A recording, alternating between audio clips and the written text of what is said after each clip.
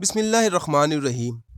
Harut اور ماروت کون تھے اور اللہ تعالیٰ نے انہیں اس دنیا میں جادو سکھانے کے لیے کیوں بھیجا تھا، اور انہوں نے ایسا کیا کیا جس کے باعث وہ عرش اعظم پر واپس نہ لوٹ سکے؟ جانیں گے اس ویڈیو میں تفصیل کے ساتھ، لہٰذا آپ سبھی سے گزارش ہے کہ اس ویڈیو میں آخر تک بنے رہیے گا۔ دوستو، جب اللہ تعالیٰ نے حضرت آدم علیہ السلام کا مجسمہ مبارک عرش پر بنانے کا ارادہ فرمایا تو فرشتوں سے اس بات کا تذکرہ کیا، تو فرشتوں نے عرض کیا، اے ہمارے رب، تو زمین پر ایسی ہستی کو بنائے گا جو زمین پر خوریزیاں اور قتل و غارت کرے گے۔ یہ بات فرشتوں نے اس لیے بھی کی تھی کیونکہ وہ اس سے پہلے جنوں کا قتل و غارت اور خوریزیاں دیکھ چکے تھے۔ اللہ تعالیٰ نے ارشاد فرمایا، جو میں جانتا ہوں وہ ہرگز تم نہیں جانتے۔ اس کے بعد جب حضرت ادریس علیہ السلام کی قوم نے زمین پر قتل و غارت اور خوریزیاں اور ان کی نافرمانیاں کی تو اللہ تعالیٰ سے فرشتوں نے ارشاد فرمایا، اے ہمارے رب، یہ قوم زمین پر کس طرح خوریزیاں قتل و غارت کرتی ہے؟ اللہ تعالیٰ نے فرمایا کہ میں نے انسان کو شہوت اور نفس دی ہے، اسی لیے وہ ایسا کرتا ہے۔ تو فرشتوں نے فرمایا، اے ہمارے رب، اگر تو ہمیں نفس دے کر بھی اس دنیا میں بھیجے تو بھی ہم ایسا نہ کریں۔ تو اللہ تعالیٰ نے فرمایا، تو پھر تم خود میں سے ایسے 2 فرشتے لاؤ جنہیں میں اس دنیا میں بھیج دیتا ہوں۔ تو فرشتوں نے عرض کیا، اے ہمارے رب، ہم ہاروت اور ماروت جو ہم میں سے سب سے افضل اور عبادت گزار فرشتے ہیں تجھ سے عرض کرتے ہیں کہ تو انہیں اس دنیا میں بھیج۔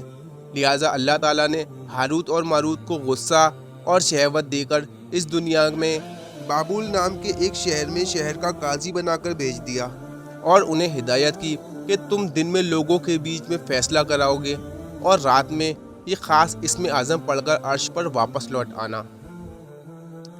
لہٰذا 1 مہینے تک وہ لوگ ایسا ہی کرتے رہے، اور پھر 1 مہینے کے بعد ان کے پاس ایک جہرا نام کی عورت آتی ہے جو بہت ہی خوبصورت اور حسین ہوتی ہے۔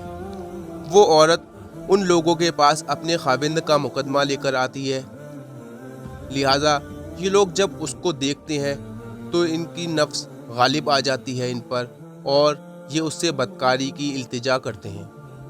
لہٰذا وہ عورت کہتی ہے کہ میں تمہارے دین کی نہیں ہوں، میں ایسا نہیں کر سکتی۔ وہ عورت یہ کہہ کر وہاں سے چلی جاتی ہے، اور پھر کچھ دنوں کے بعد دوبارہ ان لوگوں کے پاس آتی ہے،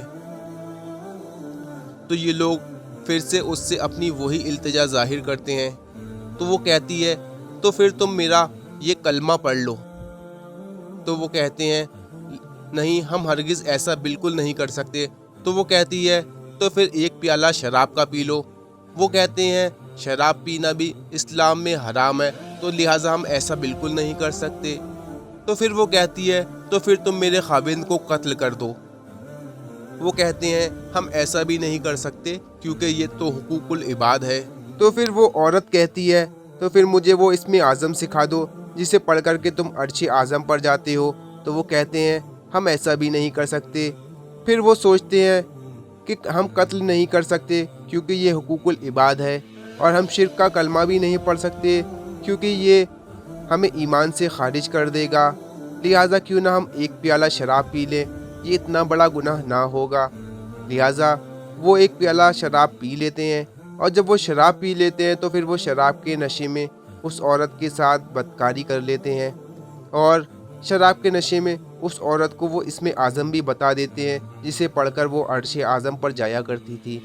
لہٰذا جب انہیں ہوش آتا ہے تو انہیں اس بات کا احساس ہو جاتا ہے کہ وہ کتنا بڑا گناہ عظیم کر چکے ہیں، اور وہ اللہ تعالیٰ کی بارگاہ میں رو رو کر توبہ کرتے ہیں۔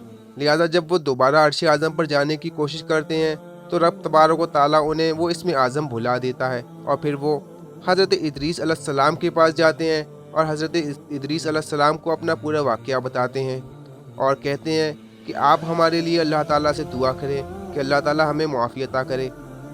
لہٰذا اللہ تعالیٰ حضرت ادریس علیہ السلام سے فرماتا ہے کہ جو انہوں نے کیا ہے اس کی سزا تو انہیں ملنا ہی ہے۔ اب یہ ان کے اوپر ہے کہ وہ دنیا کی سزا لیں یا پھر آخرت کی۔ لہٰذا وہ سوچتے ہیں کہ آخرت کی سزا تو بہت ہی لمبی ہوگی جو کاٹے نہ کٹے گی، اور وہ عرض کرتے ہیں کہ ہم اس دنیا کی ہی سزا لینا چاہتے ہیں۔ تو اللہ تعالیٰ انہیں بابل کے ہی شہر میں ایک کنویں میں الٹا لٹکا دیتا ہے، جو کہ تا قیامت وہ اسی طرح اس کنویں میں لٹکے رہیں گے، اور جو بھی کوئی بابل کے اس کنویں میں جاتا ہے وہ انہیں اسی طرح الٹا لٹکا ہوا پاتا ہے۔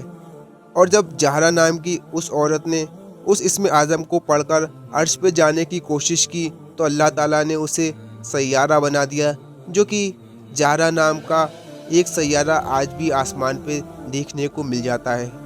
لیکن دوستو اس بات کا کوئی بھی ذکر قرآن اور حدیث میں نہیں ملتا ہے، یہ کیول پرانی بنی اسرائیل کی روایتوں میں ہی ملتا ہے، کیونکہ حضرت سلیمان علیہ السلام کے وصال کے بعد شیطان نے جادو کی کتابوں کو ان کے تخت کے نیچے سے نکال کر لوگوں میں عام کر دیا تھا، اور لوگوں میں یہ بات بھی عام کر دی کہ حضرت سلیمان علیہ السلام کے جو بھی معجزے تھے اور جو بھی غیر معمولی کراماتیں تھیں وہ سب جادو تھی۔ لہٰذا حضرت سلیمان علیہ السلام ان جادو کی کتابوں سے ہی جنوں کو اپنے قبضے میں کیا کرتے تھے، اور ایک بار پھر سے یہ شرح انگیز علم لوگوں میں عام ہو گیا، اور لوگوں نے اس علم کو دوسرے لوگوں کا برا کرنے کے لیے شروع کر دیا۔ لہٰذا اللہ تعالیٰ نے حضرت سلیمان علیہ السلام پہ لگائی گئی تہمت کے بارے میں قرآن پاک کی سورہ بقرہ میں یہ ارشاد فرمایا، اور اس چیز کے پیچھے پڑ گئے جسے شیاطین حضرت سلیمان کی حکومت میں پڑھتے تھے۔ سلیمان نے تو کفر نہ کیا تھا، بلکہ یہ کفر شیطانوں نے کیا تھا۔ وہ لوگوں کو جادو سکھایا کرتے تھے، اور بابل میں ہاروت ماروت دو فرشتوں پر جو اتارا گیا تھا، وہ دونوں بھی کسی شخص کو اس وقت تک نہیں سکھاتے تھے جب تک یہ نہ کہہ دیں کہ ہم تو ایک آزمائش ہے، تو کفر نہ کر۔ پھر لوگ ان سے وہ سیکھتے جس سے خاوند اور بیوی میں جدائی ڈال دے، اور دراصل وہ بغیر اللہ تعالیٰ کی مرضی کے کسی کو کوئی نقصان نہیں پہنچا سکتے۔ یہ لوگ وہ سیکھتے ہیں انہیں نقصان پہنچائے اور نفع نہ پہنچا سکے، اور وہ بھی یقیناً جانتے ہیں کہ اس کے لینے والے کا آخرت میں کوئی حصہ نہیں، اور وہ بدترین چیز ہے جس کے بدلے میں وہ اپنے آپ کو فروخت کر رہے ہیں۔ کاش کہ یہ جانتے ہوتے۔ دوستو ویڈیو آپ کو کیسا لگا ہمیں کمنٹ کر کے ضرور بتائیں، اور ویڈیو کو لائک شیئر اور چینل